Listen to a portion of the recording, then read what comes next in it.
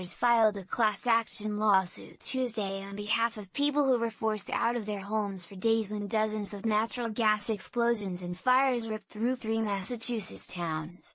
The lawsuit is the first of what's likely to be several filed against Columbia Gas and its parent company over Thursday's explosions, which killed 1 person and injured more than 24 in Lawrence, Andover, and North Andover. It accuses the utility companies of negligence and seeks compensation for residents who had to evacuate but didn't suffer injuries or damage to their homes. Frank Petosa, one of the attorneys who brought the case, said although families were allowed to return to their homes on Sunday, they still don't have gas or hot water and must live in fear that the explosions could happen again. These individuals have had their lives turned upside down, said Petosa, of Morgan & Morgan. Columbia Gas officials didn't immediately respond to an email on Tuesday. About 8,600 customers were affected by the explosions. Many had to evacuate their homes for days and may have to go without gas service for weeks. A letter sent by the state's U.S. senators to executives at Columbia Gas and its parent company, NiSource, on Monday said the pressure in natural gas pipelines was 12 times higher than it should have been. The Federal Pipeline and Hazardous Materials Safety Administration has reported that the pressure in the Columbia gas system should have been around 0.5 pounds per inch 2 psi, but readings in the area reached at least 6 psi, 12 times higher than the system was intended to hold, the letter said. The pressure spike registered in a Columbia gas control room in Ohio, the senators said in the letter, which requests a reply by Wednesday.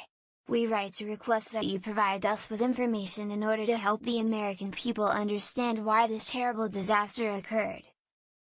Whether the company was sufficiently prepared to respond to an incident of this magnitude, and how we can prevent any similar tragedy in the future, the senators wrote.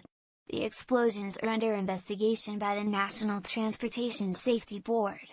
Chairman Robert Sumwalt has said the investigation is partially focused on the pressure sensors that were connected to a gas line that was being taken out of service shortly before the blasts. On Tuesday, Columbia Gas President Stephen Bryant announced that the utility is donating $10 million to an emergency relief fund for people affected by the emergency. The Greater Lawrence Disaster Relief Fund will help residents of the 3 communities with food, housing and other short-term needs as they recover, Republican Governor Charlie Baker said. Lawrence Mayor Dan Rivera, who has been highly critical of Columbia Gas, said the utility is living up to their corporate responsibility with the donation. Also Tuesday, Moody's Investors Service said the explosions and fires are likely to damage the finances of Columbia Gas and its parent company. The Wall Street credit rating firm said the disaster was credit negative for Columbia and NiSource Incorporated, and may cause the deterioration of each company's financial position. U.S. Senators Edward Markey and Elizabeth Warren on Tuesday sent letters to Columbia Gas and Eversource Energy, another utility in charge of recovery efforts, asking for more details about how residents have been notified that it is safe for them to be receiving gas and whether the companies are maintaining a database and map of homes and buildings that have been inspected. The Massachusetts Democrats said there has been widespread confusion about whose homes were affected by the incident. U.S. Rep. Stephen Lynch, a member of the House Subcommittee on National Security, is calling for a congressional hearing into gas pipeline safety nationwide, pointing to the natural gas explosions in Massachusetts and in western Pennsylvania.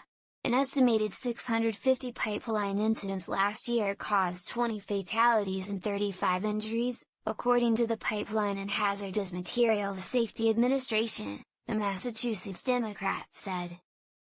This year pipeline incidents have caused at least 3 deaths and 33 injuries. Lynch said the vulnerability of residents living near pipelines is even more worrisome given the aging state of pipeline infrastructure.